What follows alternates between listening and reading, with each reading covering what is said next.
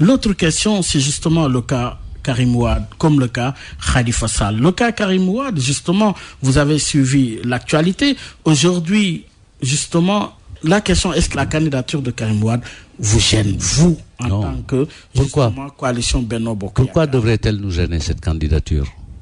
C'est-à-dire que la réalité, le régime de la candidature, il est réglé par un certain nombre d'exigences. La première de celles-ci, c'est d'être régulièrement inscrit sur le fichier électoral, donc d'être électeur éligible. La deuxième, c'est peut-être la règle du casier judiciaire, vierge, comme dans tous les pays du monde qui se respectent. Et la démarche de figurer sur un fichier électoral procède d'une demande que vous formulez et à l'issue de laquelle on vous donne un récépissé. Ensuite, il y a ce que dit la loi sur les conditions pour être électeur et les restrictions qui sont posées par des articles, notamment l'article L31, Code électoral, qui n'a pas été fait exprès pour Karim Wade ou contre Karim Wade.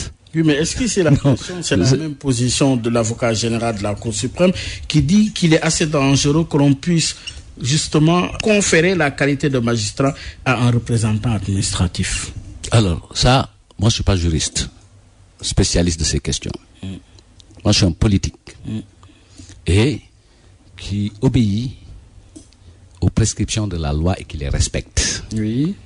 La loi, elle dit de façon simple que ne peuvent pas être inscrits sur le fichier électoral général les Sénégalais qui ont été condamnés pour tel et tel. La loi cite, je pense, un certain nombre de catégories, dont 8, et parmi celles-ci, au-delà des délits qui ont été visés, il y a les peines qui ont été prononcées. Donc ça, c'est une réalité objective.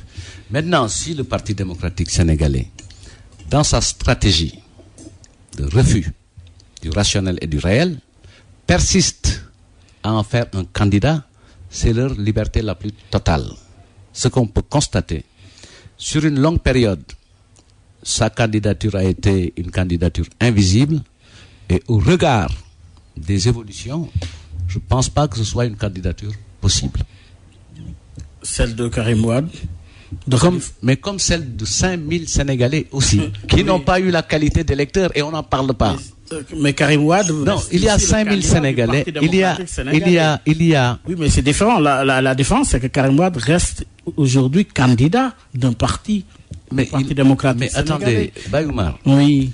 Le PDS a la liberté de choisir son mode de fonctionnement. Et tout le monde a constaté que sur la dernière période, c'est un parti qui a fonctionné sur un modèle inconnu, avec 2 télécommandes, l'une au Qatar, l'autre à Versailles. Je crois qu'aujourd'hui, ce qui se passe comme dernière actualité est un conflit de télécommandes. La deuxième réalité, qui est aussi évidente, ce qui est en train de se jouer sous nos yeux n'est rien d'autre que la transposition de la dévolution dynastique qui a été au cœur des débats en 2011 et 2012 et qui est en train de se jouer non plus au cœur de la République, mais au sein du Parti démocratique sénégalais. Donc laissons le Parti sénégalais gérer ses propres problèmes. Voilà.